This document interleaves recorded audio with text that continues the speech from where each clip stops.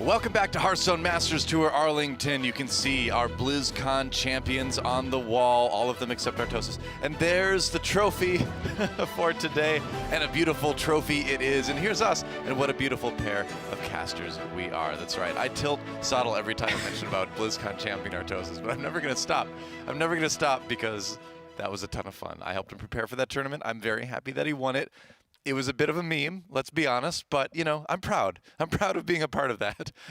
It's too early to start this argument. But yeah, I mean, certainly for at least the last two, for Hunter Ace and for Lion's incredible win just a little while ago, I was fortunate enough to call both of those finals myself and, you know, be my own little part of those moments. And again, we have just started the road towards crowning who is going to replace Lion as our champion at the end of 2020. It's going to be fun to see. Well, let's get a chance right now to get to know our competitors a little bit better. Of course, bloodyface versus Alan numbers here in our first matchup of the day. And Alan, as you can see, you mentioned this, top 10 at Bucharest, barely making the cut for top 8, but he made it today. Yes, and that tournament was very much where he made a fan out of me because he put in an absolute clinic of how to beat control decks with more aggressive decks by just actually playing super slowly. Most people would expect you to just try and rush down aggro, but he actually was sitting back, spacing out his resources, and actually outvaluing ridiculously greedy decks like N'Zoth Warrior with like aggro Shaman and aggro Rogue. It was so cool. One of the best series of that tournament. I recommend that you go and check that out whenever you have a free moment. But bloodyface on the other side, I kind of ran through his resume a little bit already. Sure. It's about as good as anyone's, and I think it's about time that we start putting bloodyface, start talking about him in those hushed tones that, you know, we reserve for Hunter Ace, for Bunny Hopper, for those people that are just putting in incredible performances time after time. I think bloodyface is right up there as well. He followed up a top 8 at Worlds with 2nd place at the then Grandmasters Global Finals.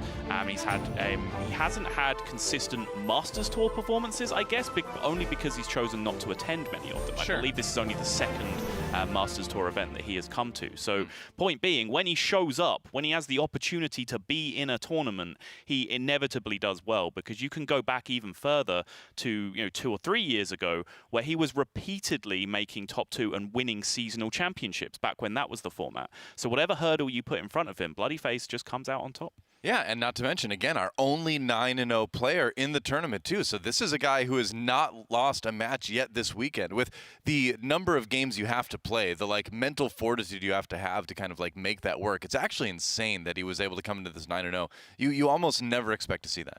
Yep, and I remember the first time we got to talk to him when he first qualified for an HCT championship event all the way back. He was talking about kind of his mental preparation game, his practice regimen, you know, talking about things in terms almost like a professional athlete, of how serious that he takes his preparation when it comes to tournament time. I think that really does shine through. Yeah. We have some lineups for you now, and I was hoping that Alan might be on the aggro train again, and we might be seeing the same thing. Oh, Galakron Warrior, sort of an aggro deck. Yeah, Galakron Rogue, pretty aggressive as well. Actually, pretty similar to the Rogue deck that he was using back in Bucharest. But I think the big talking point, Doa, is that Quest Druid, because not only is Quest Druid unusual, but he's actually got an even more unusual build of it there, as you see the King Feoris right there at the top end that we haven't really been seeing from the few Quest Druid players that we have. Yeah, I mean, you talk about value, and you have Quest Druid, which has a lot of those spells that are picked too, right? And then King Feoris may actually result in a really big play at the end of the game. Like, if you think about it, that's a really cool idea. Alan just rocking out. Yeah. Whatever tunes he's got going on there. He's getting in the zone right now, you know? What do you think he's listening to? Weird Al Yankovic Polka Party album from the mid-1980s. Nice. White and Nerdy by Weird Al Yankovic. That's mid-90s. Yeah. But also a good album. Let's take a look at bloodyface's list. He's running with Mage Hunter and Rogue after the ban today. Yeah, and there is that Highlander Mage at the top. You see, we've been putting a lot of spotlight on because it is the big performer in this tournament so far. Then you see Highlander Hunter and the Galakron Rogue following that up after the ban comes in. So really looking forward to see some of these matchups go down, because I think, you know, Alan is particularly well poised with a couple of his decks to have some answers to what bloodyface is trying to do. Bloodyface looks like he's had his Embiggen Druid banned away. And that is a talking point as well, because we've kind of said that the Embiggen Druid maybe has underperformed for a few players here and there, but the one 9-0 player that we had was actually carrying that Embiggen Druid in his lineup, and it even takes a ban here from Alan.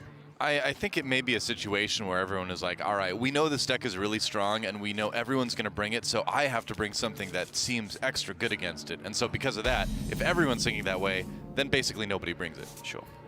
So you kind of have that almost reverse psychology effect on the pool there. Turn over to Alan with the coin after bloodyface passes, of course, and we do have that Highlander Mage versus a little bit wacky Quest Druid lineup for Alan. I remember this. I remember this very well. I like a lot of things about Alan, but the fact that he's a coin quest gamer and not a quest coin gamer, that upsets me, okay? If he could just fix that, he'd be the perfect Hearthstone player. Can't stand coin questers, honestly. Who do they think they are? I don't know. You know, it's like, you know, right-handed, left-handed, tomato, tomato, you know, it's That's true. I am left-handed. preference. I wonder if it's why I do it. Oh, there you go. Maybe that's why. Gonna discover a choose card. Won't have to choose for very long.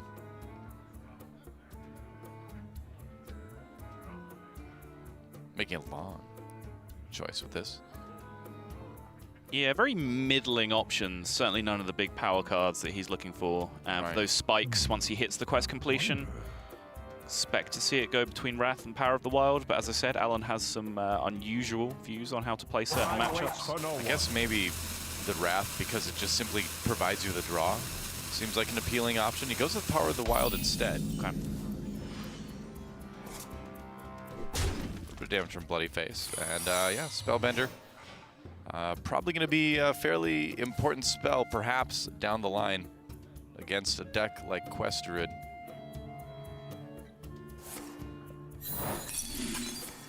Get annihilated right now by the Wrath. I presume he Wrath for 1 here. Did he end up Wrath for 3? He did Wrath for the 3, okay. Wow. With Nourish in hand already, I guess he's not too concerned about the card draw at this point. Kind of makes sense. Works out very nicely for him, or else that Spellbender would have worked out a nice extra bit of tempo for bloodyface there. Pretty Heavy early pressure from bloodyface, actually. That Twilight Drake is definitely something to take seriously. Yes. Crucially, 6 health Twilight Drake as well, so when the Oasis Surger swing comes back, potentially from Alan, from bloodyface's perspective, that's one of the things he has to plan around. The 4/6 Twilight Drake lines up very nicely against the 5/5s. Yep, exactly. Still going to get a good amount of damage in for now, though. Already bringing Alan down to 20. He can pile on with the Ziliax if he wants to, and he will do exactly that. Yes. Just creating a big board that's honestly a little bit tricky for Druid to remove. Yep. I think bloodyface is playing this perfectly so far. He understands that this is the weak point for Druid and that he needs to capitalize with Mage as much as he can in this position. Yep. You know, normally Mage would just be sitting back, waiting for things to react to in a lot of spots because they are a more control-heavy deck. But they do have a nice suite of mid-range minions in there that they can curve out with like this sometimes, and that's absolutely what you want to be doing against Druid. I love that this board can't even be removed by the Empowered Starfire, right? Because even if you could kill a Twilight Drake and the other two too, Ziliax would still be around because of Divine Shield. Yep. So it's a tricky thing to think about for Alan. You know, right now the lifesteal on Ziliax doesn't matter because he's already at full life, but you know, you don't want to be taking any more damage. Yes. So you just maybe Starfire taunt with the Anubis Defender anyway? What do you think? For no one. It does take a lot of damage off the board, and I think Alan is slightly concerned about dying right now, so I would expect to be seeing the Starfall come out. Yep. It seems like this is the play that keeps him the safest, you know? Does not play the Anubis Defender, though. Nope.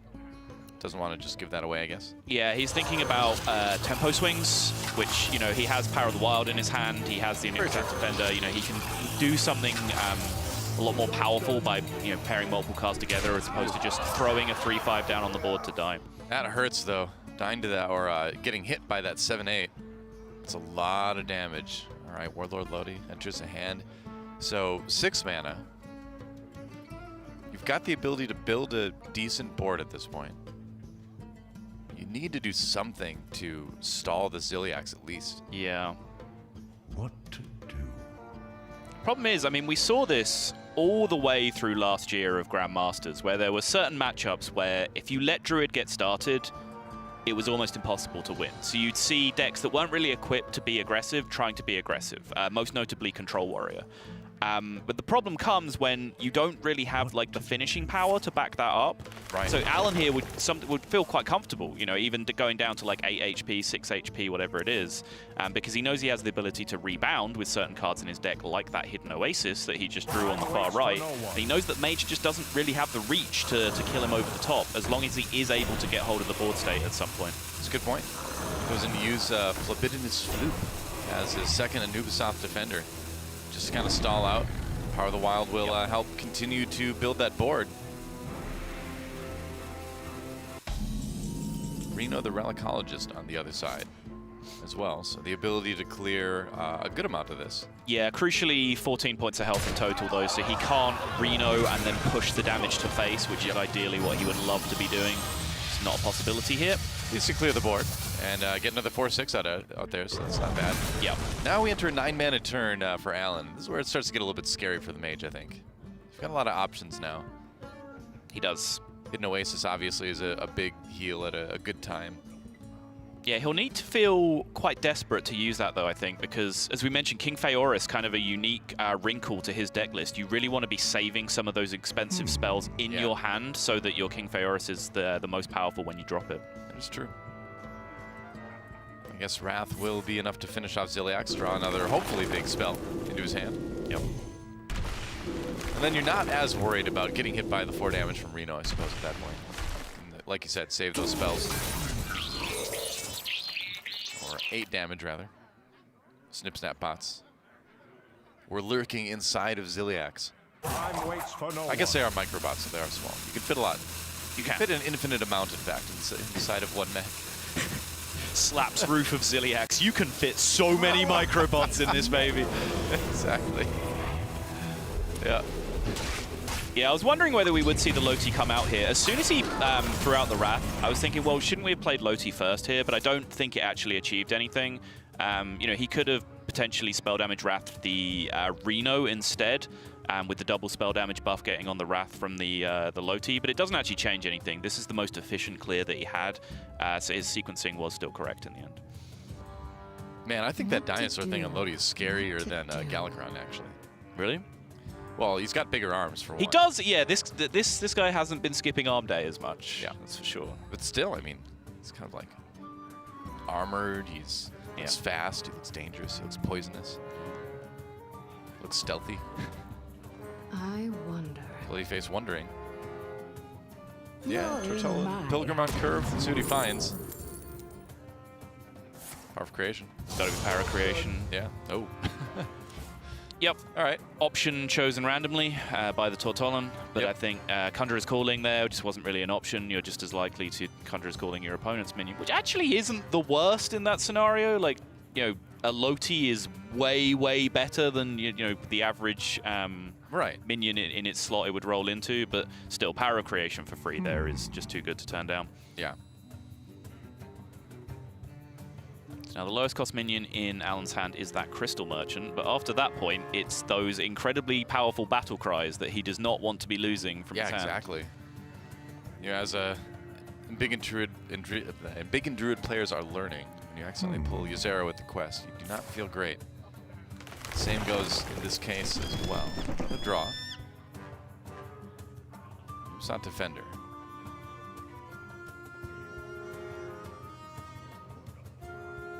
So, all right, time for Hidden Oasis. So it's just getting more minions out there, just really trying to build a big board here. Yeah. He gets the Crystal Merchant for free. Bloodyface loses his Battle Cry on the Malagos. That's rough, yeah. Let's get a 2/8 and play. Yeah, why not? Ooh. Ooh. That was uncalled for. It is a great noise.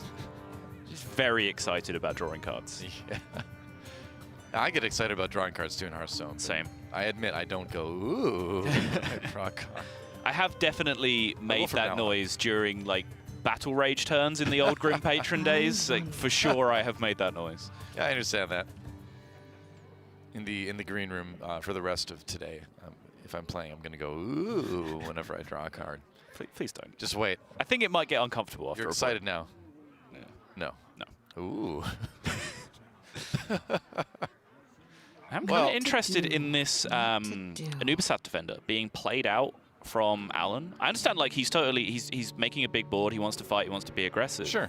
But it was a cheaper minion in his hand, right? And there is still that one remaining blatant decoy in play. That's a good point. Which right now is going to mess with one of his big boys. Yeah. Time runs out on me. Well, he doesn't really have the ability to make King Pharos really work that great, so you're kind of hoping that one gets grabbed, I guess, at this point. Well, it's the lowest cost, so it would be... it'd be Zera, right. Yeah. I mean, you know me and differences between numbers. Yeah, Blizzard Doomsayer seems like the obvious play here. My dream. Yeah, We take those. why not just take the opportunity? Absolutely. Yep. Again, before the minion on board pulls it out of your hand without the battle cry. Zera here just in time to die. Just like in that one expansion. Alan just taking his time, making sure his notes are all up to date. Yep. And again, like, it's always, I think it's always not a bad thing to use as much of your turn time as you can. You don't need to immediately send it over to your opponent. Right. Just because you want to be thinking through the next turns as well. In a situation like this, Conjurer's Calling. Bloodyface really running out of gas here. That Mountain Giant in his hand, because his hand size is so small, is kind of a dead card right now. I mean, this is his last chance to really play it before it gets a little bit too expensive. Yeah, I mean, I think he still has, you know, Arcane Intellect and all those kind of things remaining in his deck, so he can... Oh, all right. No, Doa. That is his last chance remaining to play it. That's absurd. Huh. That is absurd. He can go for it right now. So, all of these are such insane targets. Like, if he Conjurer's Callings his Mechanical Whelp, he gets a 7/7 from the Death Rattle, plus 2 more 6-drops.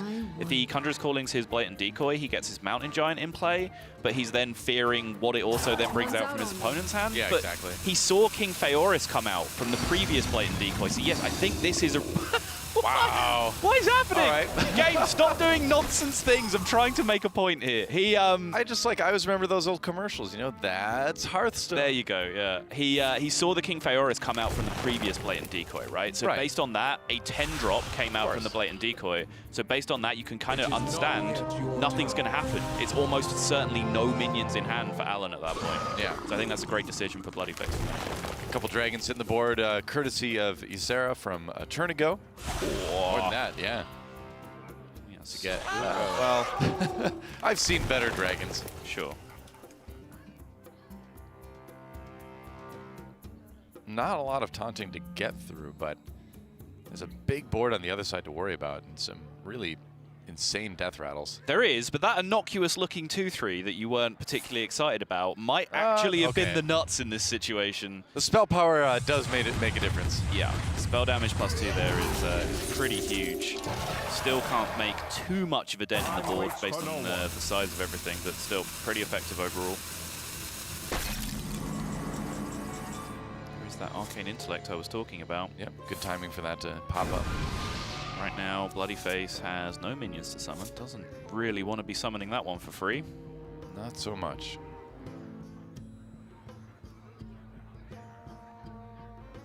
This is becoming a very, very difficult game to navigate just because of all these blatant decoys. They're just adding that extra layer of spice to the decisions Right. for each player. And it's where, you know, you can make the argument that having a degree of random effects actually increases the skill cap of the game. Like, it operates on a bell curve, I would say. There's a point where, like, just having enough random means that you encounter all these weird situations that you have to figure out on the fly. But then it does fall off a cliff where everything just becomes way too random at a certain point. I feel like this is still on the safer side of it, right? Where, like, you know it's going to do something random, but you know what parameters it's operating. Exactly. You know what minions it could pull out of your opponent's deck. You know what's in your hand, obviously. Yes. So it's variance that has mitigation to it, which is the best kind of variance. Just going to go for the Pocket Galaxy to make things cheaper down the line. Looks like he is going to take his 2/2. Yep. All right. Jewels of the sound. See if Bloodyface chooses to respect the Crystal Merchant. He does not. I think valuing the spell damage there does probably make a lot more sense. Although both Starfalls have been used. Oh. Mad Aspect, Deathwing comes out. There's a nice free 12/12 for you. And it's looking very, very challenging now for Bloodyface to win this game. It is, especially now one of the missing pieces for Alan, something he's been missing this whole game. The Oasis Surger has found its way into the hand. Another Dream Portal, of course. How many is that now? Is that 5 or 6? He's getting towards the end of it. I think that's 5. Yeah. Well, this just looks like a board that bloodyface is going to have a really hard time dealing with. Yeah, he's approaching Zephyrus or bust point, I think. Zephyrus Nether still makes a complete mess of this board, and Alan is pretty much all in at this point. But I think he understands that he's all in and has very, very literally gone all in here, because if Zephyrus is not drawn, oh, the Zephyrus off the top! Oh, and Alan, you can see his face. 1 out of 14 chance to draw that. Oh, that man. was it, right? Like, some people might say, oh, you know, I won't commit all in, because then if my opponent draws Zephyrus, I have some refill. But point is, Alan, by pushing all in and guaranteeing a lethal setup there, he gave bloodyface 1 draw. 1 single 1 out of 14 that had to be Zephyrus. Unfortunately for Alan, it was Zephyrus, but as you were saying earlier, sometimes that's Hearthstone. That seems to be Hearthstone indeed, as he's able to just kind of rebuild that board. And it doesn't put bloodyface on quite the clock that he was on, and this Frost Nova at least delays things a little bit more. But it's still definitely looking rough for bloodyface. Yeah, and Alan, you know, I mean, he's still got Hidden Oasis. He's still got ways to put minions on the board. Yes. Even after this. He has 1/6/6 remaining with this Hidden Oasis. That's literally it. And again, I think this is perfect understanding from Alan. There's no point holding back just 1/6/6 as a refill. Just push all in, make it happen. Oh, Deathwing. Here he comes. Oh! One of the Deathwings. Ooh. Oh my goodness, bloodyface. That is crazy. Now does he hit Ysera? That's the question. Or hit Alex Strasser, rather. Nope. Thins out the board quite a bit. Unwinnable, I believe. Yep, Alan recognizes it too, gives it up. Wow. That was a huge couple of consecutive draws there for bloodyface. It was kidding. The Zephyrus 1 outer. He could also, I guess, have drawn those 2 draws in the opposite order. He could have drawn Frost Nova and then drawn the Zephyrus into a Twisting Nether, sure. But let's call it, for the sake of argument, a 1 outer of the Zephyrus from the top. The bottom line is there weren't a lot of cards left in his deck that were going to bail him out so completely as those cards did. So that was some sick drawing there from bloodyface. But again, you know, when it comes down to it, you have to be a good player to put yourself in the position to even benefit from a situation like that. Yeah, I think a lot of players just would have got completely lost in the blatant decoy memery that was in the middle of that game, where just every turn a random blatant decoy appeared, and you had to figure out like which player it was good for, which player it was bad for. Do I want to trade it? Don't I want to trade it? I think both players navigated that very well. Because of that, you know, Alan put himself in what was a very, very favorable position, but ended up in a spot where that 1 outer of the Zephyrus off the top really made a mess of his board state. Yeah, well, that was an interesting way to start the day. That was not the game I expected that we would see with the with all the decoys and things like that, the mage comeback and everything. So, wow. That sets the tone, doesn't it? It certainly does, yeah. It's a little bit of a shame, because I was talking about how that Quest Druid was a little bit different, how we're seeing King Phaeorus come back into it, which is a pretty common card in like old school Quest Druid, but not necessarily a card that we've been seeing run from the players in this tournament that have run Quest Druid.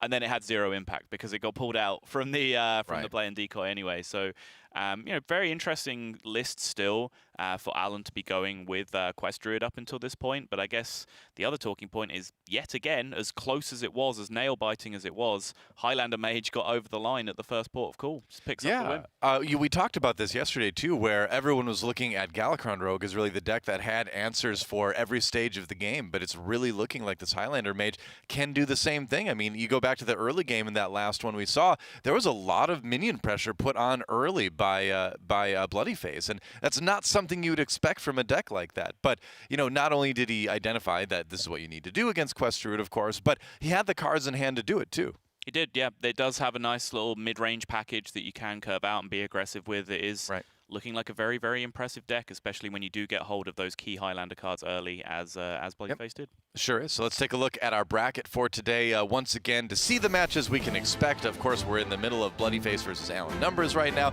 bloodyface up 1-0. Blizes versus Brimful. After that, Totosh, A-Rock, and then Falkeen versus Tiz. And that should be an interesting bracket to see shake out.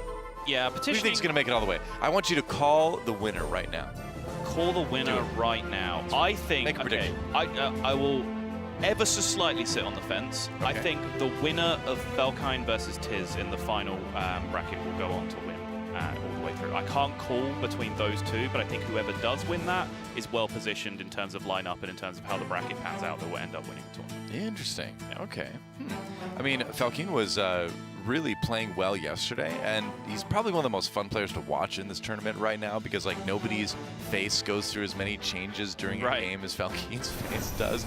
But despite all the emotion he seems to be showing, his mind is a cold steel killer. And here is what all of those players are playing for. What Falkine, Tiz, bloodyface, Totosh, Alan, all of those players are scrapping it out for a first prize of $32,500.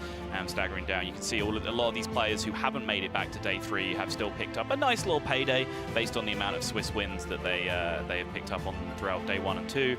But also, most importantly, it's not just a paycheck. This is actually your ranking in terms of qualification into Hearthstone Grandmasters, which is the final goal for a lot of these players. It's an order of merit. It's a cash leaderboard for all of these players, and the highest earning players will be the ones that are promoted to replace the relegated players from Grandmasters. Or in bloodyface's case, he has the opportunity to defend his spot, so he can get relegated but still be one of the highest prize earners and essentially just be re-promoted straight back into Grandmasters. That would be ideal for him for sure. And I mean, 32,000. That is a huge number to already set at the beginning of the year. So if you can hit that, whoever gets that first place spot today is going to really get a great jump start on the rest of the year. Yeah, I think there'll be a little bit more of a roller coaster of emotions in terms of the standing this year, just because we have twice the number of Masters Tours. I think what we saw last year was, Falkine very early won a Masters Tour, and he was kind of untouchable because, it's region-based, so suddenly if a European player wins the first Masters Tour, as Falkine did, and then no other European players win a Masters Tour, well, no one's really going to come up to that level. Yeah. Whereas with twice as many Masters Tours available, consistency could be rewarded. If you top 8 in 3 or 4 of those, you then have the chance to potentially overtake someone who's just spiked and won one of them. Very true. It's the Mario Kart principle. You can either win a couple rounds early and then you're hard to beat, or you can do, second, third place a couple times and jump out ahead at the end. I was wondering where you're going with that. It's like, it's the Mario Kart principle. If someone's really far ahead of you in prize money, just throw a blue shell at them. Yeah, that's right. Yep, just toss some bananas out there, the usual. Not quite sure that's how it works. That's exactly how it works. Don't question me. Fair enough. Druid for Alan again, and bloodyface swapping things over to the Rogue, it looks like. Yeah, bloodyface, nothing fancy with the Rogue. We've seen a couple of players towards the top 16 of the bracket as we were coming towards the end of yesterday. A couple of players in there were rocking the Highlander Rogue instead, but I believe this is just straight up Galakron Tempo Rogue for bloodyface. Yeah, seems that way. Dragon Mob Poacher in there as well. And Rogue, a deck that we saw banned less and less as the weekend goes on. Day 1, pretty much all the Rogues are banned in pretty much every matchup. Day 2, it seemed like at the beginning of the day, the Rogues were being banned, but by the end of the day, we saw a lot of them start to kind of sneak through. And now right away, in the first match of the day, bloodyface gets his Rogue by, and I think we're finding that the matchups people are anticipating are shaken out a little bit differently than people imagined. Yeah, I think you're absolutely right. I think it was above 80% bans on the first day for Rogue, which is an absurdly high number, and I think it has just wound back a little bit since then. Yeah. Goes for the Nourish, again, using that ramp. There's Big Edwin. Potentially Big Edwin. That's his name now. There's no potential about it. He's just always a Big Edwin. You've just got to find the way to make it happen. If he's not big, it's your fault. Exactly. Yeah. You've got no one to blame for small Edwin, except besides yourself.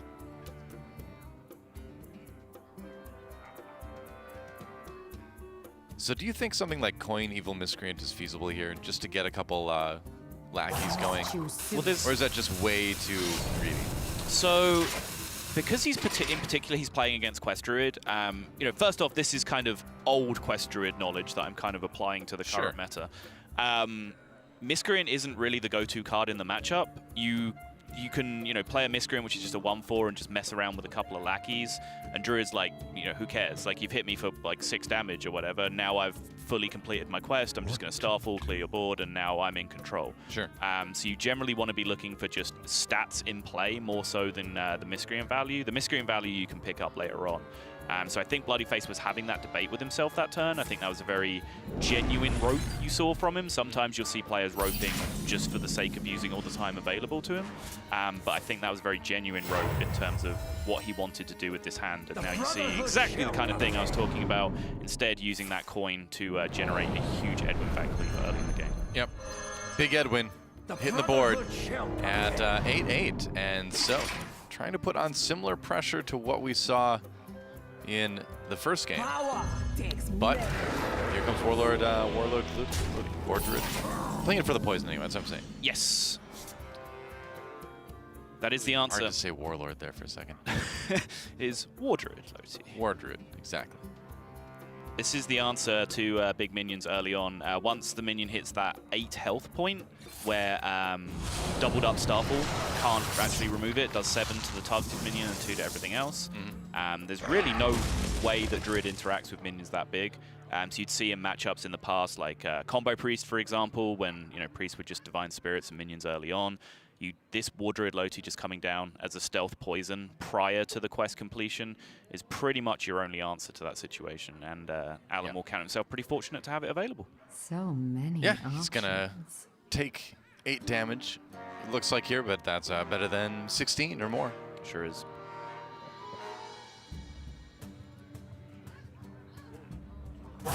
Deciding on what he wants to do with the rest of his turn. And also just kind of thinking out the next turns too. Yeah, it's just whether or not he wants to play the spell lackey. It's, tempo right now, spend your mana right now, Hearthstone fundamentals versus it's a combo activator in hand for Evil Miscreant. It's a base for Faceless Corruptor to come down as well. So there's all kinds of uses that you can get out of that Ethereal lackey, which is why he ended up holding on to it, I think. Yeah, Flibidinous Fluke provides another War Druid Loti as well. And the quest is complete, so now things get a little bit serious here. Nothing. See. Okay. It's likely an Eviscerate unless he sees some kind of crazy Togwaggle scheme plan, but seems unlikely. Togwaggle's scheme plan is kind of redundant. You can do some pretty nonsense things with it, though. I mean, scheme plan, specifically. Ah, I see. Yes. Mean the same thing. Tautological. But you're right, though. It's one of those things where it's like, oh, I could be cool and do this, but winning is better than being cool sometimes. Yeah, there has been times where it's been a real thing. Like, there were matchups where you could just shuffle 1,000,000 Leroys into your deck and then draw them for 0 with the with the Wondrous Wand, like against certain Control Warrior matchups at certain points in time. Like, that was a legitimate strategy, but yeah, none of that nonsense coming out here from bloodyface. I wonder. Alan deducing what to do right now.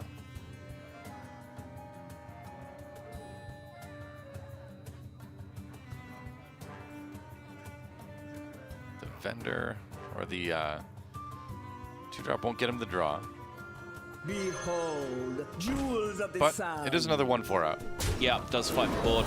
That's just what he's most concerned about right now.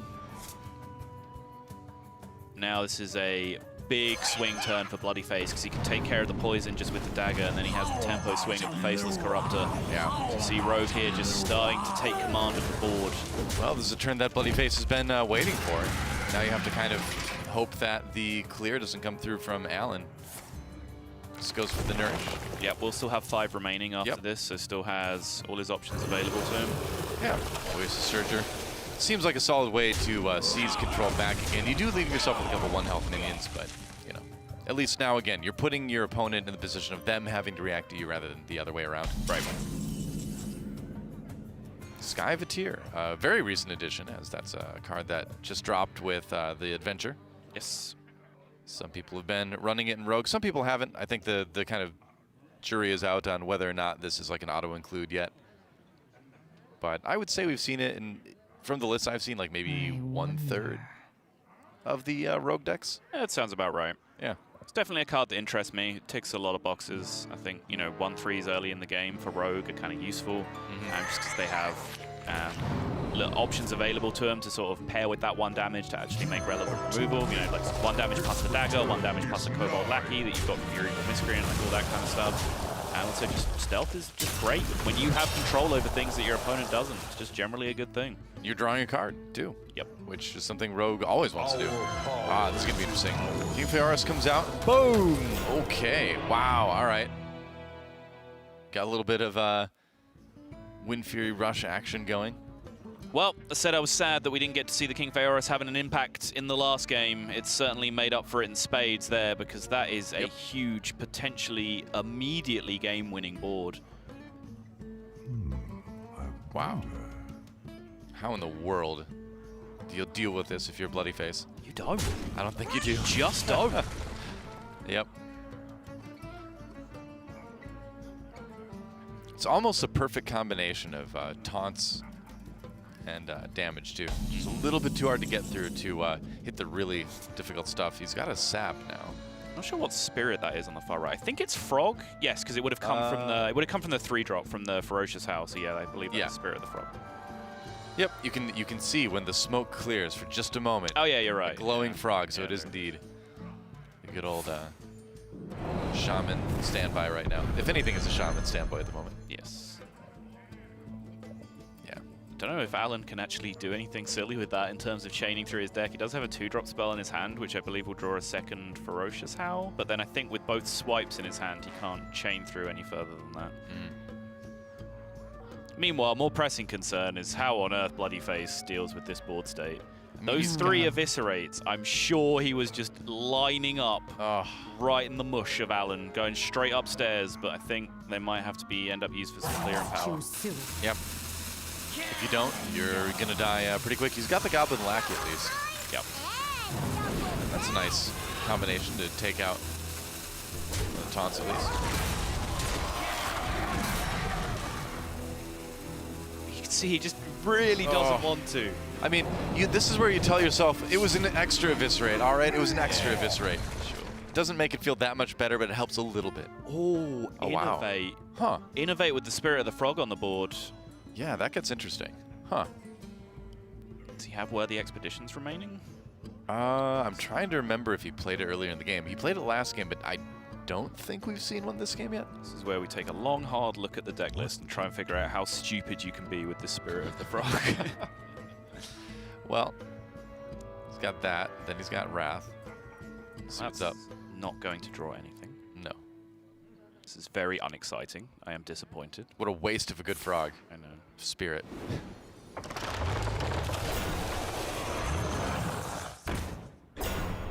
Yep, just deciding to go for the safe play instead. He doesn't have a Starfall left either, so his swipe doesn't even draw anything. Yeah. I'm so disappointed. Hey, he still put himself in a great board position, but yeah, from an excitement standpoint, Alan, come on. It's like he wants to win this tournament. I know. It's like he's know. playing responsibly and actually trying to win this incredibly important tournament for his career. How dare he? Why does he not just bow to my whims as to what I would like to see at all times? We're going to have a talk with him after this match.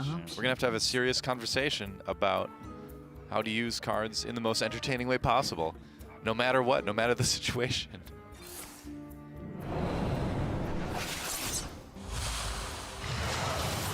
Invoke a little bit.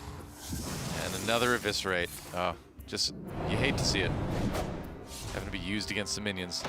Yeah, Cobalt Lackey was a good pickup. Yep. It theoretically, at least from Bloodyface's perspective, keeps him alive, but you can see from the nod on Alan's side that he knows he's still got him covered here with the second swipe coming out. Yep, that is correct. Power of the Wild would add to that as well, and that's going to be Alan taking his first win in this series, so we are going to be all tied up when the Druid comes through.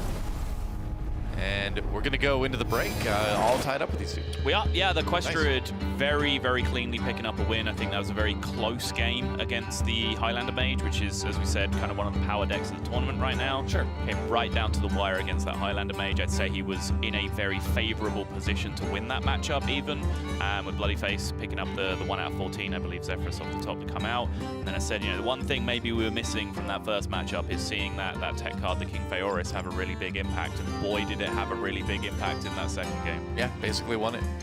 Literally won it. Literally won it indeed. It is incredibly powerful when you can just build up a handful of spells like that. It's another reason why how I was talking about, and you mentioned as well, like building up pressure on the Druid deck, like how the Mage was able to do it. Because if you do that, you force them to use spells to remove your board. Right, you force them to swipe your board, Starfall your board, Hidden Oasis to heal, and then at that point, because they've used all their spells, the King Phaoris just kind of sucks at that point. Whereas if they're just free to do whatever they want, as Alan kind of was in that matchup, you see just immediately game ending. You know, I mean, we saw him try to put pressure on with the bigger Van Cleave, but unfortunately the War Druid Lodi was there to shut that down. If that hadn't been the case, if he hadn't had the War Druid in hand, that game may have actually ended up very different. But, you know, it is what it is, and we've got a tie series. We do. Yeah, it's still a long way to go, though, because there's still a Hunter and a Rogue. The Rogue that we've seen, the Highlander Hunter that we haven't in this series, to come out from bloodyface. You'd expect the Rogue to be picking up a win at some point. You know, it is the most banned deck in the tournament for a reason. You know, that doesn't happen by accident. But that Highlander Hunter, certainly very interested to see how that goes up against some of these other decks. Yep, that's right. So we're going to take a quick break, and when we come back, game number 3 between bloodyface and Alan. We'll see who takes the lead in the series when we get back here at Hearthstone Masters Tour Arlington.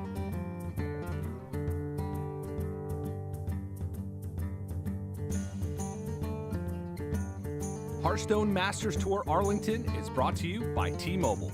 Rank up with America's first and only nationwide 5G network.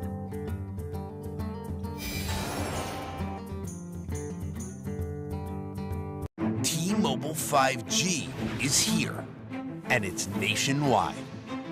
While some 5G signals go only blocks, T-Mobile 5G goes miles, beyond the big cities, to the small towns, to the people.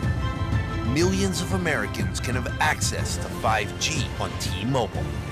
This is just the beginning. T-Mobile, the first and only nationwide 5G network. You'll hear a lot about how coming out of the military means you're somehow damaged goods. I would reject that.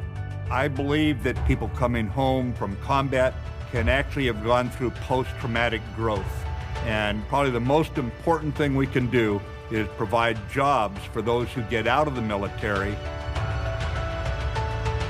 Together, we can get veterans back to work.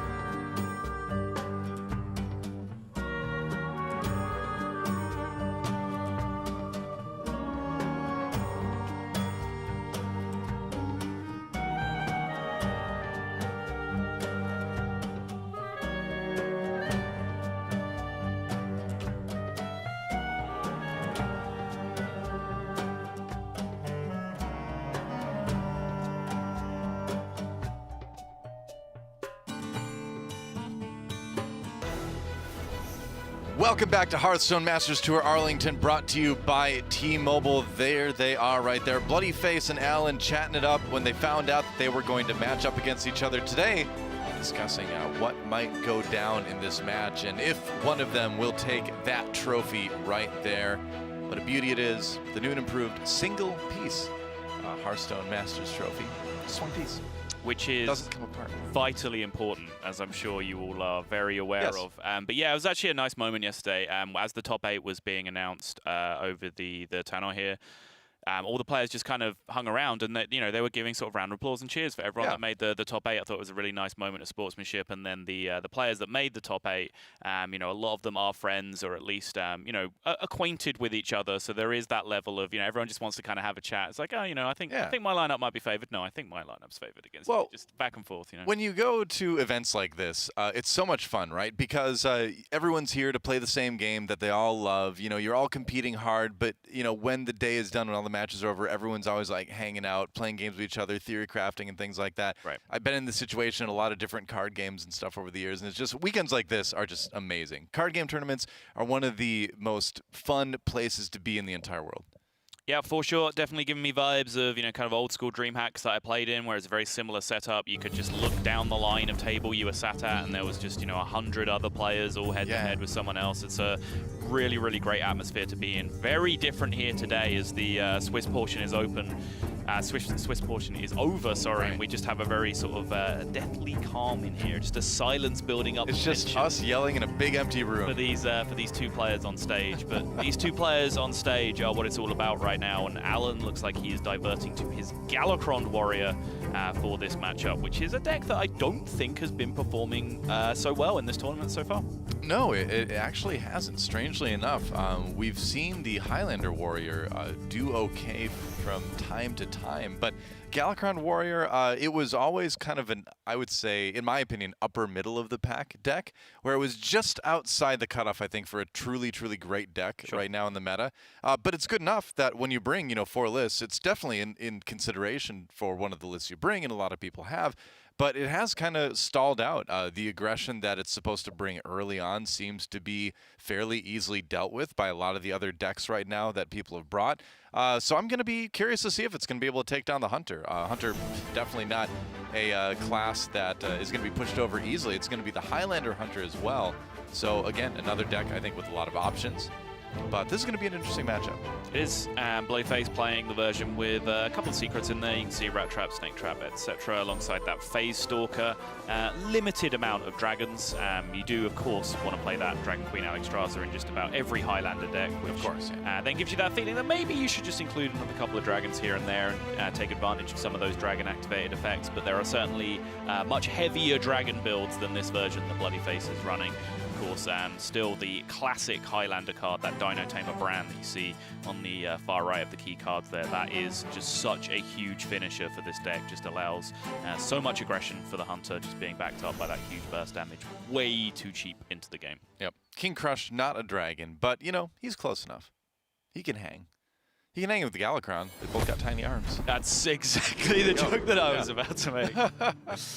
They're buddies. See, he's even holding up the arm in the picture on the bottom left there. He's like, Galakron, check this out. Holding it out for the world's tiniest handshake with Galakron. They have to get real close. Yes, they do.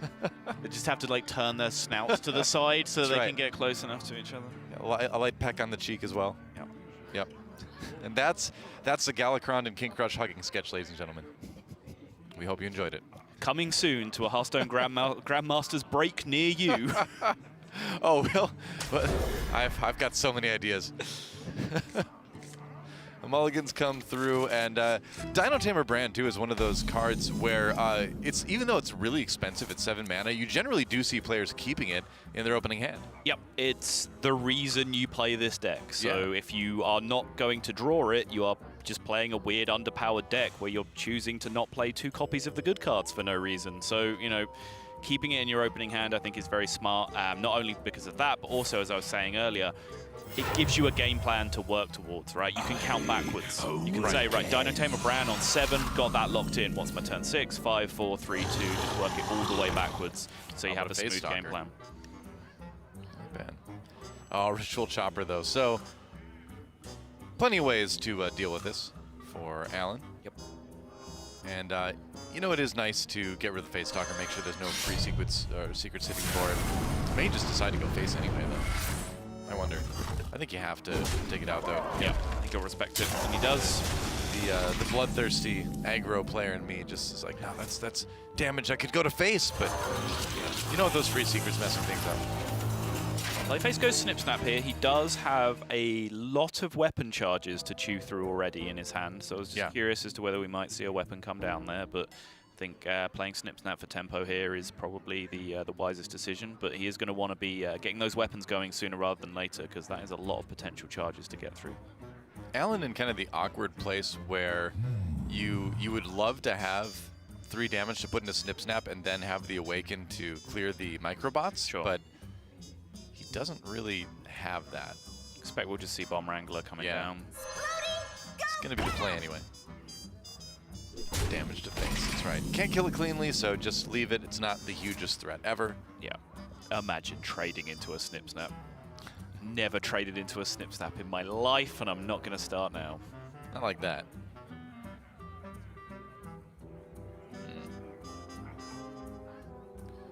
Now, do you like the Dwarven Sharpshooter hero part, or do you like one of these weapons better right now? I do really feel like these weapons need to get rolling. Yeah. There's just a lot, you know, there's X amount of charges for Stormhammer, you know, however many he can potentially get out of it, and then Desert Spear needing 3 as well. It's just a lot of swings of weapons before he can get uses of all those cards out of his hand. I wonder too. I mean, Desert Spear gives you a little bit more board control, but like you said, you just get so many swings with the hammer instead. Yeah, I think most importantly, he just wants that clean 3 damage into, and so he's only spawning 1 Boombot. Any other way that he chooses to do it, Alan gets the opportunity to spawn multiples. Where's the bomb going? Face. Okay. So Bloodyface sequenced that deliberately to not hit his 1-3. He decided he would rather have his Snip Snap broken open than a 1-3 killed, which is, probably correct. I guess you do worry a little bit about cards like Awaken clearing that, but you know, this just makes it a little bit harder to clear it all, I suppose. Right. Worked out well. Because again, it's like a 50-50 whether or not it hits it, and then it's a matter of chance whether or not it does enough damage to actually kill it, because the damage from the bombs is 1 through 4, so you have to kind of, it's kind of a 50-50, I guess. 2 50-50s in a row to kill that, so pretty good chance it lives. What now? But what do you go for here? Devoted Maniac is an option. On curve would invoke, give him the extra weapon damage. But it doesn't really, okay. I think this is fine. It's just playing on curve. He took his time to take that turn, just trying to think of a good enough reason not to do that. Looks like he's going to try out Inner Rage here just to deny potential magnetism on this Microbot going into turn 5. Yeah, it's really smart actually. Turn 5 is the Ziliak's turn. You know it's going to be in the deck, and so might as well play it safe. Yeah, as I said, a lot of weapon charges to get through, so much so that Bloodyface just immediately overrides one of his weapons with the other.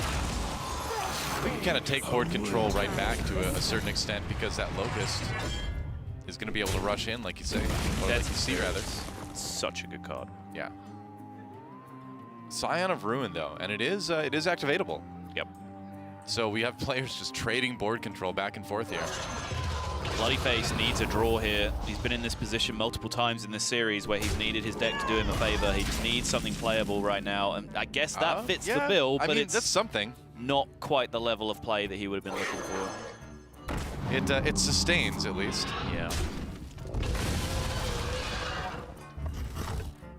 So you can clear 2 of these with the Lynx and the Scarab. So taking out 2 of the 3 Scion of Ruin, I guess you can be happy with that. His health is starting to drop a little bit, though, and that's the kind of bigger concern. 0 hesitation on this turn. He recognizes that he has a big tempo lead here. He has initiative. He just smells blood, and then he smells blood, double Snip Snap on 6. Yep. About the most aggressive thing you can do. And suddenly, this Dino Tamer Bran is just not looking so promising. Needs to tame more dinosaurs. King Crush is not going to be enough by himself. It's still his best choice, though. I mean, yeah, what else do you do? Just kill command something. It's not ideal.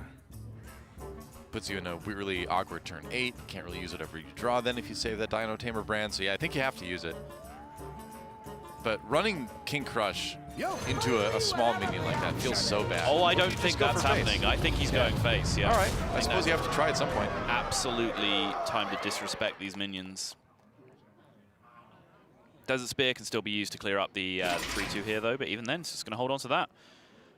Does summon a beast from his Desert Spear guaranteed on the next turn, which he might be able to use to activate that kill command to end the game, which might be one of the things that's influencing him not swinging here. That's a good point. A lot of options here for Alan, even with such a limited hand. He can go for a huge Battle Rage here if he wants it. All right, Awaken Battle Rage would be pretty big. He's going to do that. And then crucially, this 1 extra damage also allows him to take care of this King Crush. Yeah. That's a good point. He's got exactly 7 with what's on the board. Wow, just completely refilling his hand, more or less. Yep. Now, Bloodyface back where he was again, just relying on the top of his deck to give him a playable. Unleash the Hounds? Don't think that's in there. I don't think so. Fairy Dragon, not super inspiring.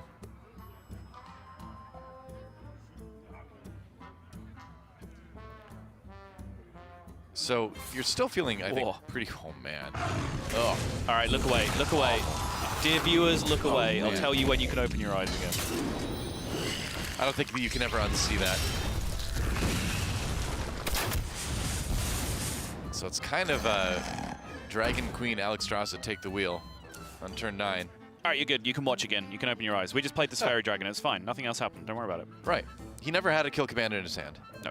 That was just a mirage. Yes.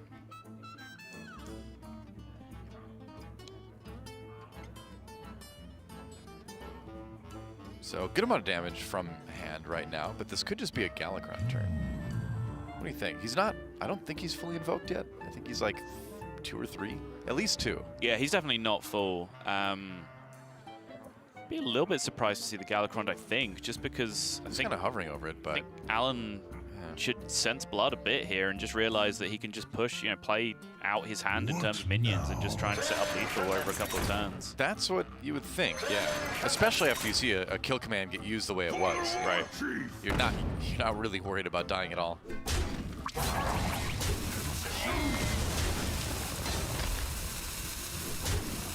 Really going all out with that Ritual Chopper, not even bothering to grab that extra 2 armor. He's feeling very confident, and why shouldn't he, Yeah, I completely agree with this. Bloodyface now needs defense. There is Ziliax. Well, okay. But there's that question, does he need to just spike this Dragon Queen Alexstrasza in order to get himself out of this? Does he need to just find a big Dragon Taunt coming out of this instead? Yeah, what does Ziliax really give you? It gives you, 3 points of healing, you get up to 11, you kill the Quarterfinals Elite. Ziliax gets burnt through really easily by damage on the other side, and you may find yourself in a similar position or worse position after he's gone. So yeah. But if Alexstrasza doesn't give you what you need, then you're definitely dead. You are straight up dead, yeah. It's a tough choice. The argument would be that if he can get, 6 points of healing out of this Ziliax, maybe he can resist the next board to a point where he can play Dragon Queen Alexstrasza without there being lethal represented on board. Possibly. I think that is the argument here that Bloodyface is currently going through with himself. Is he always in a position where he has to jam Dragon Queen Alexstrasza? If so, is it better to do that next turn or this turn? He's going for it. He says this turn. 5 armor and destroy a minion. Yeah. Pretty good. That's solid. Well, I guess he doesn't get the destroy. He doesn't, no. He just has to take one or the other because they're both conditional effects, so he needed to choose which one to take. All right, and at 13, yeah, that's looking pretty rough. So it is going to be another victory for Alan as he goes up 2-1 in this series, gets a win with the Warrior, And going into game 4, bloodyface fighting for survival in this tournament. Yes, indeed. Alan, I believe, just has his rogue remaining. Somewhat of an anticlimax at the end of that game. Yeah. Big tense decision point on the part of bloodyface as to whether to go Ziliax or Dragon Queen Alexstrasza there. He gets his out from the Dragon Queen Alex, and he's like, oh, it's a Galakrond. All right, I concede. Yeah, I think, you know, the thing is I think he made the right decision with Dragon Queen, because it's like you were saying, if he plays the Ziliax, then you're kind of probably always going to be in that same situation where either Dragon Queen Alexstrasza saves you or she doesn't, right? Sure. That's not going to change whether or not you have a Ziliax turn in there, so why not just do it, get it done with, see if you win or not, and then move on to the next game. Yeah, I think it was tough because based on the board state as well, like he'd play Ziliax and he'd run it into the Quarterfinals Elite, and then just based on what he can see, there was no clean kill for the Ziliax. It would have to be multiple attacks even just to remove the 2 health after that. So there was a small, tiny chance that he might have healed 9 off it. Sure. Maybe that was worth leaning on, but I think all things considered, he probably made the right play with what he did. I think, you know, I was talking about taunts, but of course, all of those options as well. Both of the options that he hit could prevent lethal as well in certain opportunities. So there were a lot of ways out of that from the Dragon Queen Alexstrasza, but I think more crucial than all of that is he needed Alan not to have the Galakrond to follow up, which of course he did. Yep, that's right. So that is that game, and now I wonder, you know, what's going to happen. We're going to take a quick break, actually, and when we come back, game number 4 between bloodyface and Alan. Don't go anywhere, guys. This is Hearthstone Masters Tour Arlington. Hearthstone Masters Tour Arlington is brought to you by T-Mobile. Rank up with America's first and only nationwide 5G network.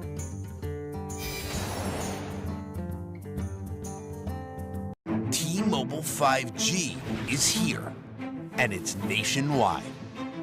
While some 5G signals go only blocks, T-Mobile 5G goes miles, beyond the big cities, to the small towns, to the people. Millions of Americans can have access to 5G on T-Mobile. This is just the beginning. T-Mobile, the first and only nationwide 5G network.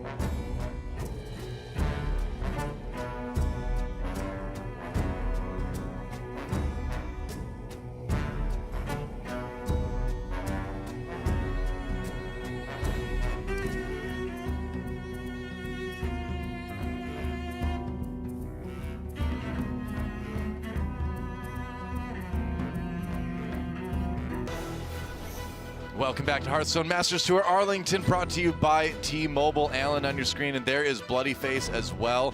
Deep into this first quarter-final matchup right now. Alan with a 2-1 lead, despite the look on his face. I guess there's a mild concern from both players. I mean, it is a tense matchup right now.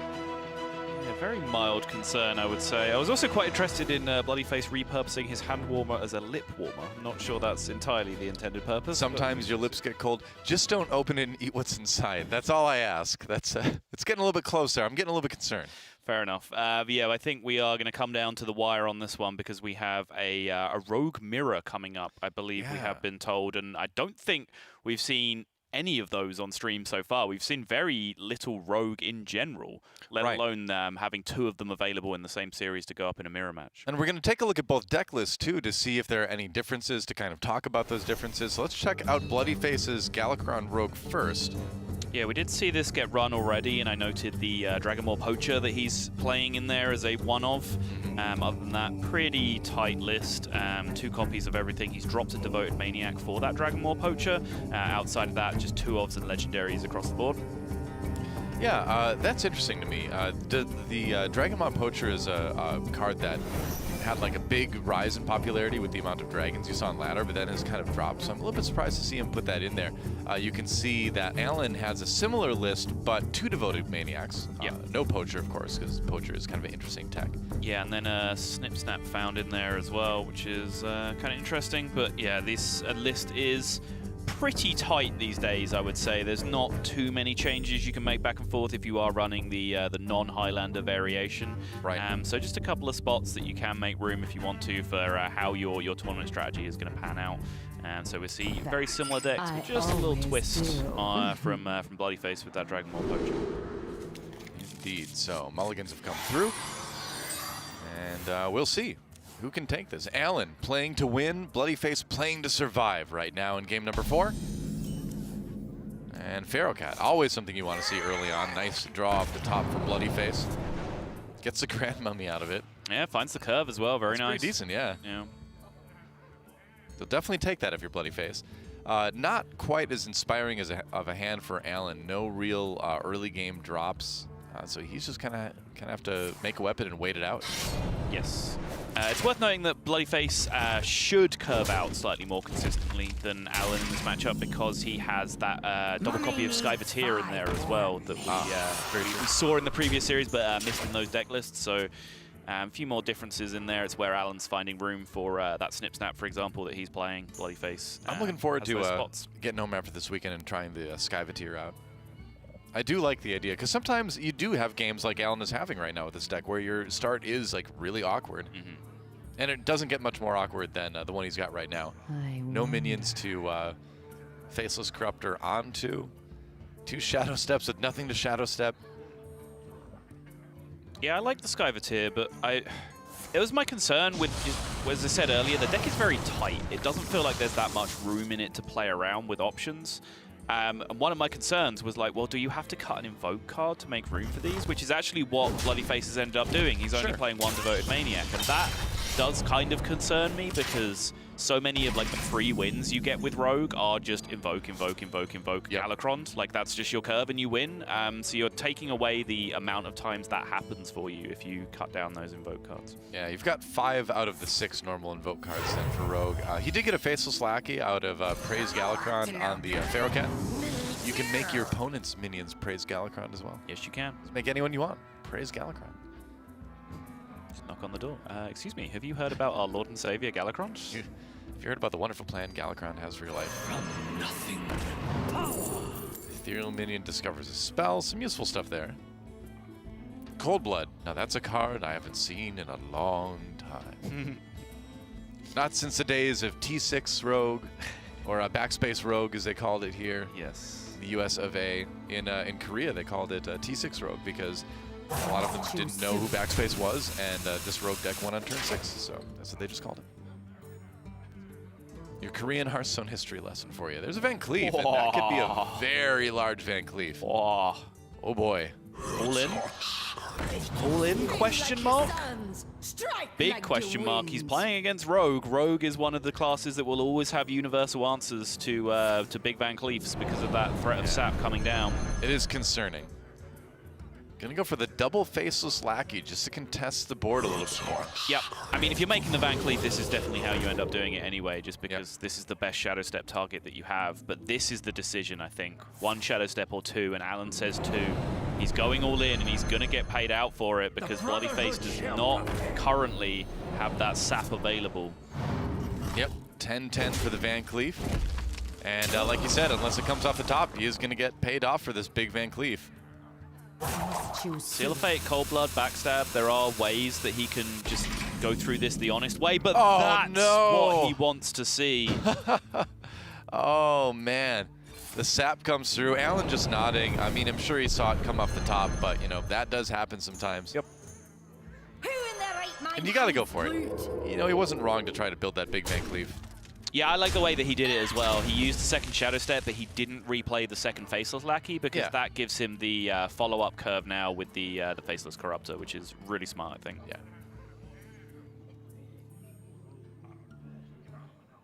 Yeah, Alan definitely making some good decisions here. He does draw one Devoted Maniac. Still has a Faceless Lackey, Faceless Corruptor. I wonder. A lot of faceless power in the hand right now. Yeah, crucially, it did just swing the momentum of the game a little bit, because up until that point, Alan had really played nothing, because he had nothing to play up until that point. And you can see just that one big reversal of fortunes, where suddenly Bloodyface is the one having to answer. That means that Alan is now kind of back in this game. He's found his way through to just being able to say, well, okay, now I can just play Faceless Corruptor. I'm in this game. I already have Galakron in hand. Right. I've got through the early game, where Bloodyface's deck is a little bit more powerful because of those added Skyvateers. Mummy needs 5 more minutes. Mummy's not going to get 5 more minutes. She's going to get immediately eliminated. Skyvateer gets a little bit of buff. There's Galakron. Okay. Can't use that Sealed Fate unless he uses it on his own minion or himself later. So what's the play for Bloodyface here? Witchy Lackey is always interesting, but generally you want to use that on a minion that's attacked and has taken some damage. Yeah. Generally, he wants his Death Rattle to go off as well and find this card draw. Yeah, that's true too.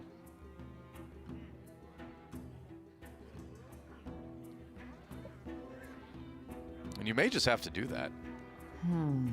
Maybe you do just trade with the Faceless and see what you draw. Yep.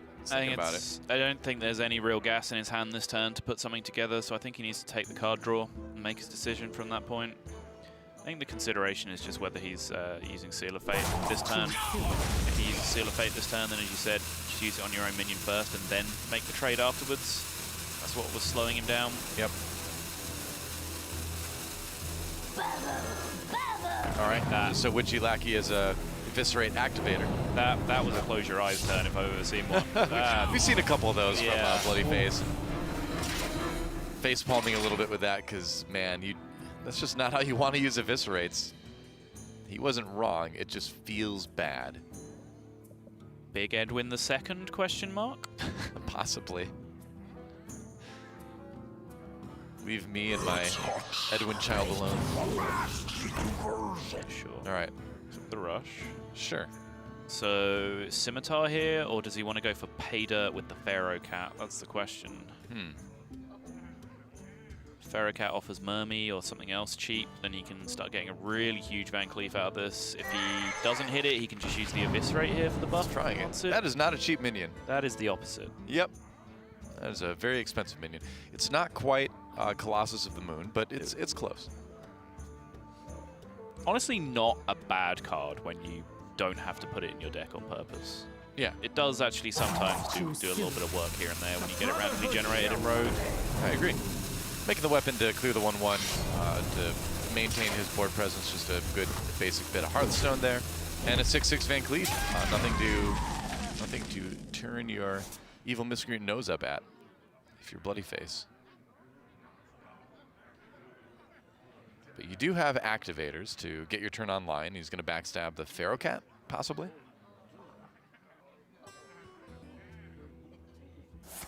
Yeah, seems reasonable. See what lackeys he gets out of the evil miscreant. I think about it. I may have still backstabbed the Edwin. Well, it really depends on the damage you can come up with. Well, yeah, right, but you have to make that decision before you play the miscreant, right? So you can't wait and see. But I think because he has Shadow Step in hand, and then there's also combinations of damage lackey plus rush lackey, where he could have done 4 to a 6/4 Edwin. Yep. Whereas I don't think he really gives himself any outs of doing it, of killing the 6/6 this way. I mean, he can Seal Fate, Kobold Lackey, Shadow Step, Kobold Lackey to kill him, I guess. Nope. But He only has 3 mana remaining. You're right, Kobold Lackey does cost. Yes, it's good enough at 1 already, though. Why can't Kobold Lackey be 0 mana? Blizzard. Glad you're not on the balance team, I'll tell you that much. Yeah, why haven't they created an imbalanced team? I'd be perfect for that. Wow, that actually sounds like a really exciting job. So we feel like we've created a pretty balanced game. Can you just ruin it for us? If I ever do work for a game developer on a game, I'm just going to introduce myself as being part of the imbalanced team. Yeah. I wonder. Then what can someone say? No one can say anything to you at that point. All the Reddit threads immediately shut down. It's like, well, he said he's on the imbalanced team. What do we expect? I think the first thing they would say to you is, sorry, who hired you? I'd be like, that's on a need-to-know basis. The truth is, I've been living in a sleeping bag under someone's desk for years. And I pop out to tweak the game in horrible ways. Kobold Lackey gets a finishing blow on Van Cleef. Dirty 1 mana Kobold Lackey. I know, unplayable, am I right? Unplayable. Imagine spending mana on a Kobold Lackey. He's just a Kobold. Does Level 1. start to do some work here, though. A 7/5 Reborn, though, like, what a miserable prospect to have to remove. Another Eviscerate. Having to be used there. He does have the Goblin Lackey for the finisher. Rush into the 7/1, yep. Yep. But still, it's just another turn where he's had to fight from behind. Another turn where he's really just passing initiative back to Alan, not presenting any threat of his own. Alan is just about running out of threats to generate himself, but if he can find something to pair with the Devoted Maniac this turn, perhaps. This is a game. Oh, just all pick right. up a shield, even better. Sure. Yeah, just a nice fat minion to put down there, and this game I think is going to come down a lot to what Galakron gets you, what Baron Togwaggle gets you. Yeah.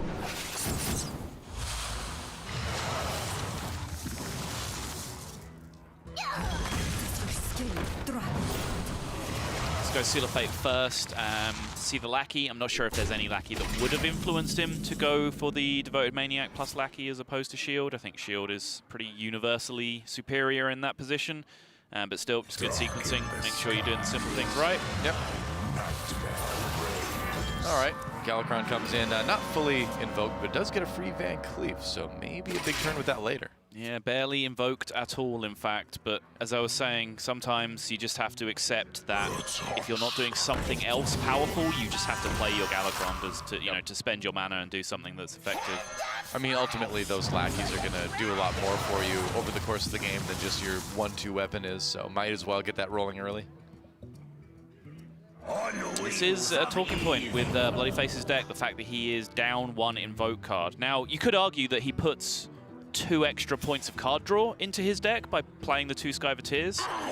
So you'd have to run the maths on that because you're drawing 2 extra cards to find 1 less invoke card as to how quickly you get invoked on average.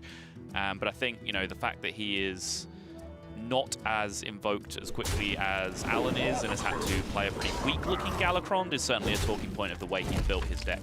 Yeah. So, there's a sap, but it's looking rough rather. Kronk's clear. Maybe it this turn. It's a board you kind of need to do something with. Yep. Something about. I go Kronk's Lackey Edwin here. Yep, could definitely do that. That's a good swing, actually. I'm Whoa. sorry? Shotbot. Are you okay? What? Yeah, it's the first time I've heard that. That's great. Yeah, because he basically transforms into a cannonball. Yeah, it's a shotbot, man. That's really amusing. He just loves to scream it. And everyone around him dies. That is a full-on Galakron. Yeah.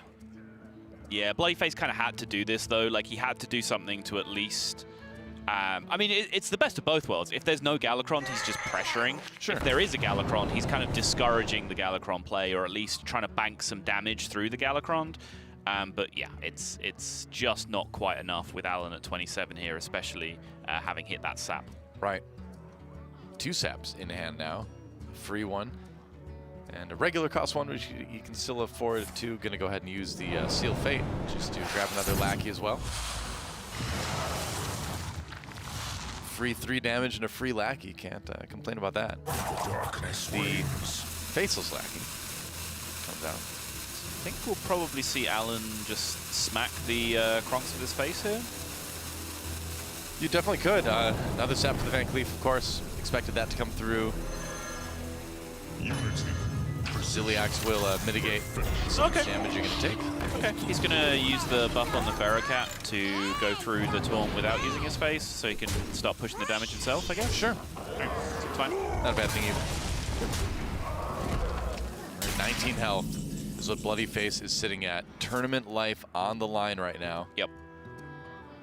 And it's looking really rough in this game. For a pretty epic run, 9-0 through the Swiss rounds of Swiss play. Our number 1 seed versus our number 8 seed, and we may already have a numbers-wise, at least, upset.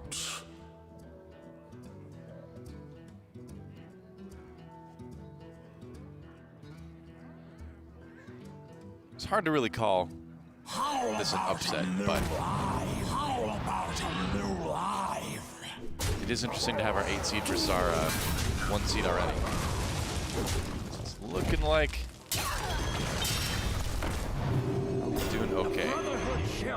The board is dealt with. Another Van Cleef comes down, but we see that sap in the hand again for Alan. Even then, it's only a 6/6 Van Cleef, which, you know, isn't... You just kill it too. Isn't terrifying. Alan might just come up with a way here to just remove it outright. You probably want to do that, honestly, rather than give him a chance to build another big one to begin with. Yeah. Because once you're in Galakron form, you kind of have this endless supply of just cheap cards, right? You can always generate lackeys eventually. Heist Baron Togwaggle is going to be found, and then there's the Wanderer's Wand. So, you know, if you can kill the Edwin and remove it from the equation completely, probably a wise idea to do that, especially when you are about to use your second sap, which would mean you're then out of answers for it. Yeah, very true. But I don't think there is a clean way to do this. Yeah, actually just look like, I don't think there is a clean way to do it.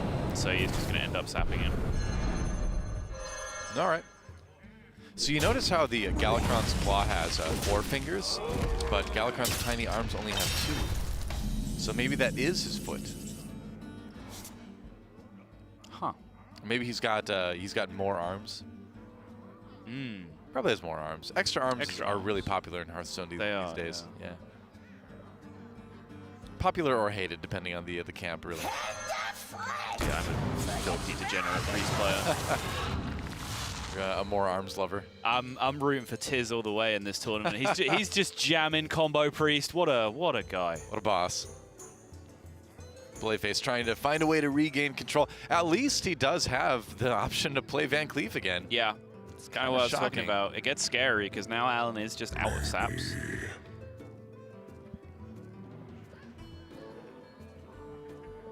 Bloodyface does have to be fearful himself, though, because that claw is just such a huge difference. You know, 4 fingers or not, it still hurts when it slaps you in the face. And Alan had one and Bloodyface didn't, and that is, you know, almost exactly the difference in health between the 2 players now. In fact, it is. It's 33 versus 13, which is exactly a 20-point health swing from one player having the 10 damage and the other player not. There you go. The Brotherhood shall prevail. Bloodyface says, well, nope, screw you, I'm the aggro. I'm not sure he is, but I respect the effort. You got to get some damage done, right? At some point, you have to try to even the HP. Yeah. There's 4 damage on board. A lot of chance to get more. He's got this scimitar. As I've said before, imagine trading into a Snip Snap. It's just never going to happen. Feels bad, man.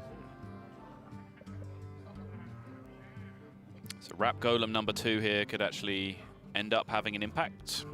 Yep. And if you look at the hand, I mean, if by some miracle Bloodyface has everything survive and no taunt comes out, which obviously there's an already taunt there, he had lethal with Leroy, so at least he set himself up for a long shot, you know, lethal opportunity. Well, the 8-2 always dies, right? To the Snip Snap. That's what I'm saying. If by some miracle nothing dies. if Alan just randomly disconnected, he had a medical emergency and had to be taken away from the sea, he would have lethal set up.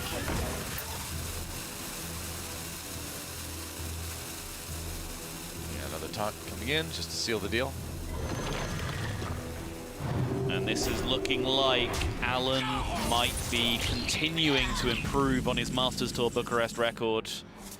Made a lot of fans that day, but did end up finishing 10th, just missing out on the cut. It's the opposite story this time, as he found himself just in that final spot, the last spot that was announced, taking the 8th place. Yep. And it's looking very much like he might just be about to turn that into a semi-final spot. Yep, and unfortunately, the Lackey and the Togwaggle doesn't leave you the mana to play the wand from the Togwaggle, so that may be about it.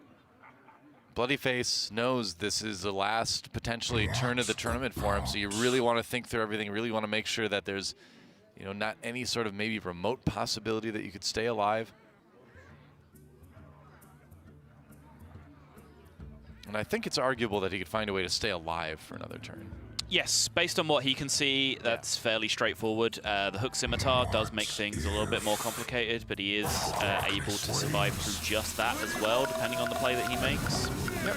Leroy first, so that your opponent doesn't get any of the minions. He's going to sap the shield here. I think that indicates that Bloodyface is interested in pushing the damage again. He's really focused on this idea that he needs to end this game quickly. Yeah. Taking care of the poison, and yeah, pushing 8 more. Hey, you might as well. Props to him, man. There's Baron Togwaggle. And so, what is it? 5 damage on the board. You've got the Scimitar.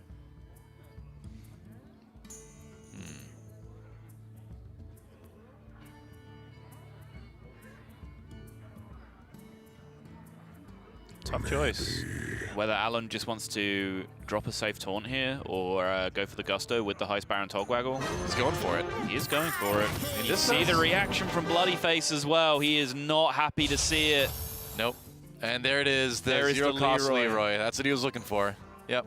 Gonna see what he can find with the evil Miscreant first. But you're gonna be pretty happy with that Leroy. That is 12 damage total now, I believe, with that Goblin Lackey. So he is still 1 off. So he's just going to do the responsible thing, clear out the board state. He has that 0-mana Leroy. Yep. Locked and loaded now alongside that Hook Scimitar on the following turn. So, Togwaggle going to get a chance to come through for Bloodyface, next turn at least. Yeah, Bloodyface needs his own miracle. He's been in this position once already this series. Very similar, facing down lethal, big board on the other side, and he needed his deck to be kind for him, and it obliged with the Zephyrus into Twisting Nether. No big options here, no sap, no contract, no vendetta. Yep. Those are all tools that he would have potentially been looking for, so he is going to have to rely entirely on this Wondrous Wand, or is he considering going for big legendary taunts here instead? Does he have a second Shield of Galakron in his deck yet? Because if he could draw that and, oh, fill your hand with copies of it, never mind. Maybe.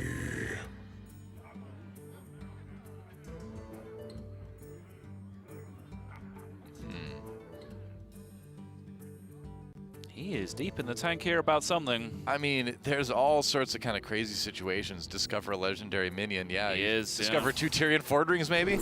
Nope. Oh, 2 Ziliax. Ziliax, too. Darkness wanes. Yeah, see him out here wouldn't get any of the battle cries. You'd just Oh, be yeah, I getting, suppose you're right. you'd just be getting 2 6/6s. Yeah. 2 Ziliax, though, seems pretty strong.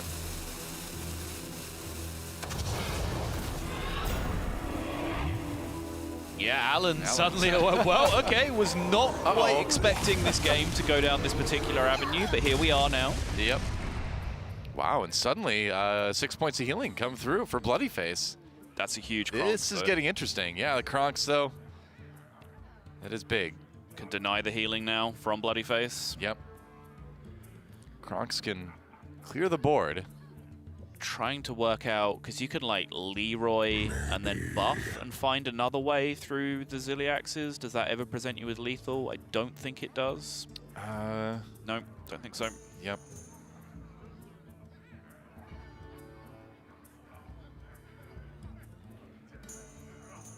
Imagine getting 2 Ziliax from Baron Togwaggle, then this happens.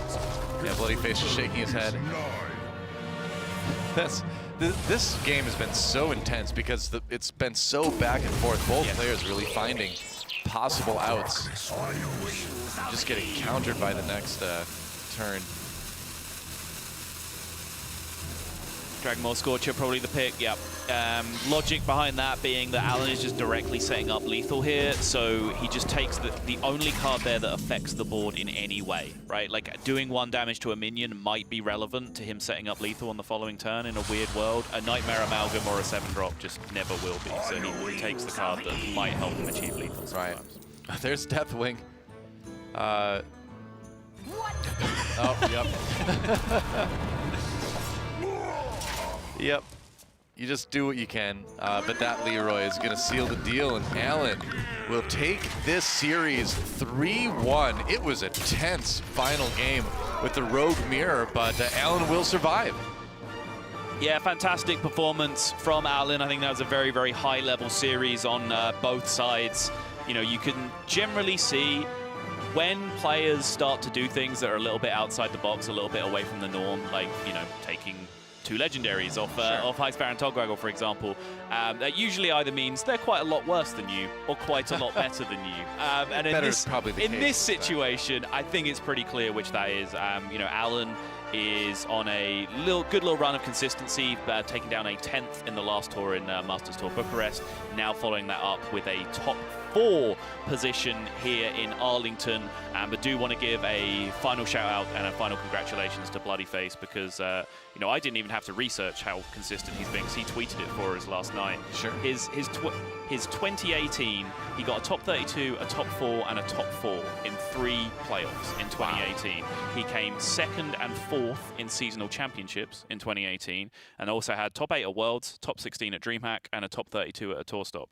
2019, he won playoffs in Hearthstone Grandmasters, came 2nd in the world, and now 2020, 9-0 in the first Swiss of the first tournament that he's attended. So it's an incredible performance, and I think it's an important thing in Hearthstone to celebrate even the people that don't end up winning the tournament, because consistency is what it's all about, and I think bloodyface has been putting the work in. Yeah, that's right. And with a player like that, it seems inevitable that eventually he's going to be standing on the podium holding the trophy. You know, it seems like it's just a matter of time. But today, out in the round of 8. Yes, but of course, Alan is the one definitely deserving to be celebrated here. You know, as I said, became a very, very big fan of him. I always heard from other players how good this guy was, but the first time I really got to see him play like up close and personal was in Bucharest at the end of last year. Sure. Was so impressed with the way he played, and clearly he's now backing that up with another great performance, and I was very, very impressed with the way he navigated what were not easy games in that series. They were some very, very complex situations being thrown back and forth from both sides, and I think he navigated them incredibly well.